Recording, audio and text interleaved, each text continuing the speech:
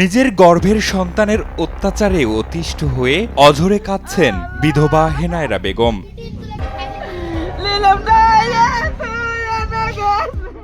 নিজের উপর চালানো অমানসিক নির্যাতনের পর স্বামীর রেখে যাওয়া শেষ আশ্রয় বাড়িটিও পুড়িয়ে দিয়েছে পাষণ্ড সেই সন্তান।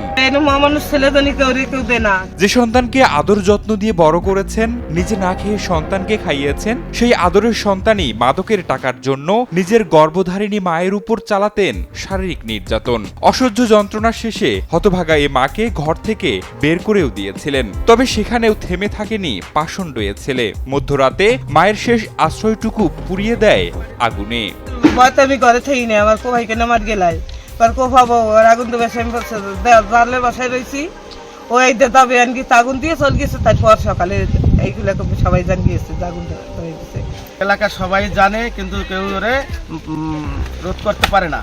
হ্যাঁ, তাই ও হঠাৎ করে আজকে ভোর রাতে ফজরের নামাজের পর বাসায় কেউ ছিল না, ও ল্যাব কাঁথা সব কাঁচাইয়া একসাথে আগুন দিয়ে ঘর জ্বালাই পোড়াই দিচ্ছে। ঘটনাটি ঘটেছে গোপালগঞ্জ জেলার কোটালীপাড়া উপজেলার দক্ষিণ হিরণ গ্রামে। ওই গ্রামের মৃত শাহ আলম শেখের ছেলে শহীদুল ইসলাম দীর্ঘদিন ধরে মাদক সেবন করে আসছিল। গত 17 মার্চ রাতে শহীদুল তার মা হেনায়রা বেগমের কাছে মাদক সেবনের টাকা চায়। বিধবা হেনায়রা বেগম টাকা দিতে না পারায় আরএফএল এসডব্লিউআর পাইপই মাপে যা বলে তাই দেয়।